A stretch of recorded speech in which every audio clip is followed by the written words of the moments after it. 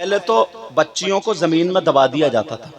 कोई अपना दामाद बनाना पसंद नहीं करता था, जिंदा बेटी को दफना दिया जाता था। ये तारीख तुमने सुनी होगी। नबी के दौर में भी ना लड़कियां माँ बाप पे ना बोझ थी, कुछ बोझ, क्योंकि जहन तो नहीं बदला था, बहुत सारे लोगों का था, बोझ थी। आज के दौर में भी बच्चियां, बेटा ओ बेटा मेरा चांद, आज के दौर में भी बच्चियां जो हैं बोझ बनी हुई हैं। क्यों?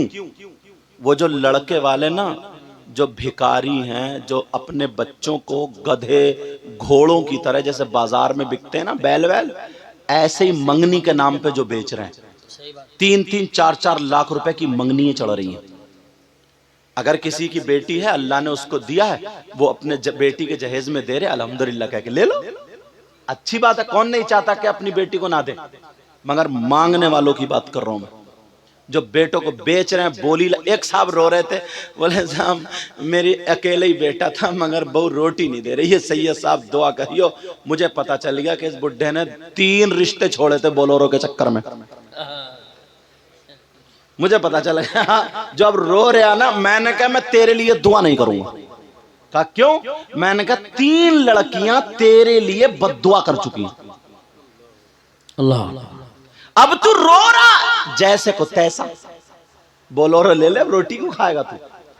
बोले हजरत मैं नहीं रह सकता बेटे के बगैर, मेरे बेटे को भी लेकर चली गई। मैंने कहा लेके जाए? तूने बेचा है बेटे को?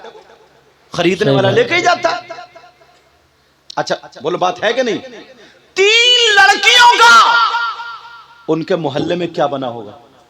उसके बाप के पास लड़की शरीफ थी, खूबसूरत थी, नमाज पढ़ने वाली, सब बातें थी, मगर उसके बाप के पास इतना रुपया पैसा नहीं था जो 15-20 लाख रुपए की कार दे देता, स्कॉर्पियो दे देता, बोलोरो दे देता। इतना रुपया पैसा नहीं था। कहां से लाएगा? लड़कियां बोझ। आज भी 15,000 रुपए रोजाना कमाने वाला, 500 रुपए कमाने वाला, 10,000 की शादी में 3 बेटियों के 30 लाख कहां से लाएगा?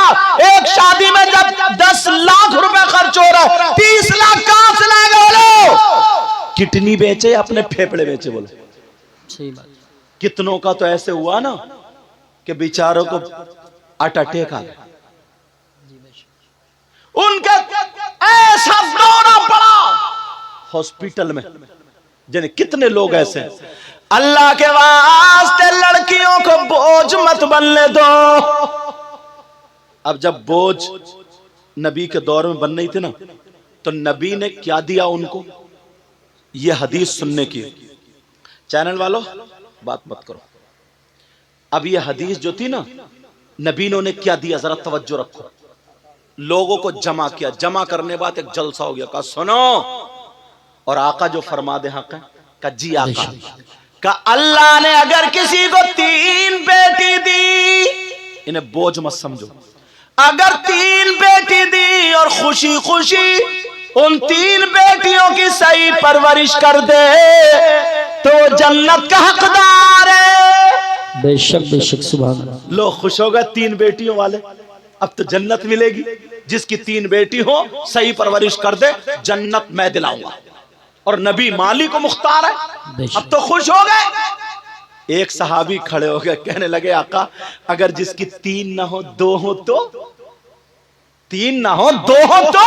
नबी ने फरमाया अगर जिसकी 2 बेटियां हो और वो सही परवरिश कर दे तो वो भी जन्नत का हकदार है। परेशान मत हो, बेटियां बोझ नहीं है, तुम्हें जन्नत दिलवाएंगी, जन्नत। सुभान अल्लाह। एक साहबी और खड़े हो गए, आका आका पूछ लू? का पूछो।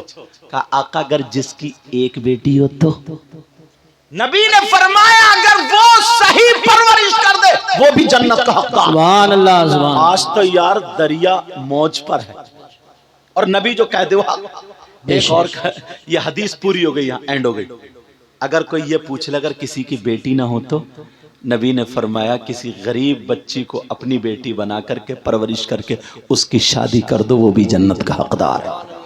सुभान अल्लाह, माशाअल्लाह माशाअल्लाह। लेकिन अब मैं जो यहाँ बता रहा हूँ सुनो प्यारो, बेटियों की वजह से तुम्हें जन्नत मिल रही है, बोझ मत समझना। मगर लड़के वालों, तुमसे हिसाबो किताब जरूर होगा अगर तुमने गलत मुंह फैलाया तो।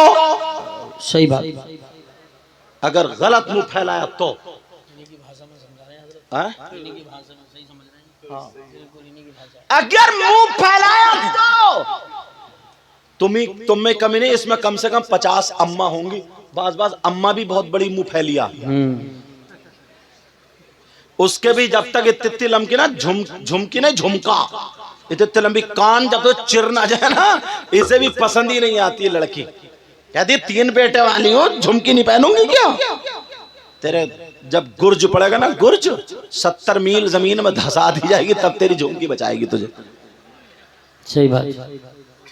मगर सुनो, मैं जो बता रहा था, नबी की हदीस है, नबी ने फरमाया अगर जिसकी 3 बेटियां हो तो वो जन्नत का हकदार है। क्यों? सही परवरिश कर दे तो। मगर प्यारे, हदीस सामने ऐसी घूम रही है। अब मैं हदीस ऐसी पढ़ूंगा कि तुम्हें दिन में तारे नजर आ जाएंगे, तुम्हारे होश ठिकाने आ जाएंगे, तुम्हें पता चल जाएगा हम कितने पानी में हैं। तुम अपने गिरेबान में झांकना। हदीस सुनो, बेटियों की वजह से जन्नत मिल रही है। कब? जबकि सही परवरिश कर रहा होता।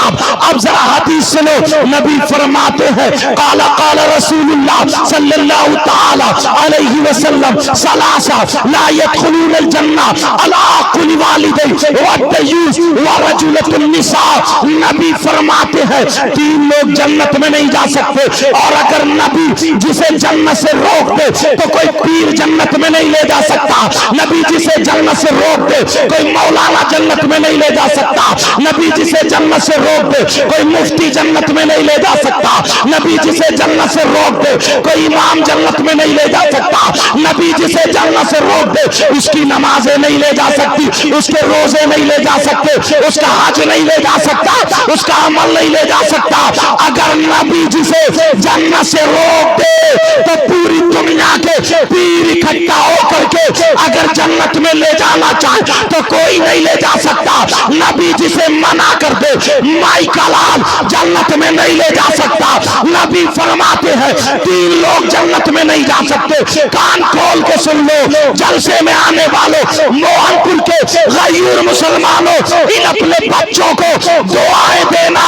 अरे कौन लोग हैं जो जन्नत में नहीं जा सकते? नंबर 1 वो माँ बाप जिसकी बेटियां आवारा घूम रही हो, वो माँ बाप जिसकी बेटियां फैशनीले कपड़े पहन रही हो, जिसकी बेटियां मोबाइल चला चला करके गैर लड़कों से बातें कर रही हो, जिसकी बेटियां शादी और ब्याह में सेल्फी ले ले करके गैर लड़कों के साथ बेपर्दा रही हो, जिसकी बेटियां शर्म और हया की धज्जियां बखेर रही हो, जिनकी बेटियां रात को मोबाइल पर चैटिंग कर रही हो, लड़कों से बातें करके मेले ठेलों में मिलने के वादे कर रही हो, जिनकी बेटियां माँ बाप को धोखा दे करके अपने आप को शरीयत के खिलाफ कदम उठा रही है, वो माँ बाप दयूस है, दयूस है, दयूस है। और नबी फरमाते हैं दयूस जन्नत में नहीं जा सकता। बेशक सुभान अल्लाह। नारे तकबीर, नारे रिसालत, नारे गौसियत, मसलके आला हजरत हजरत अल्लामा मुफ्ती सैयद मुकीमुर रहमान साहब क़िबला।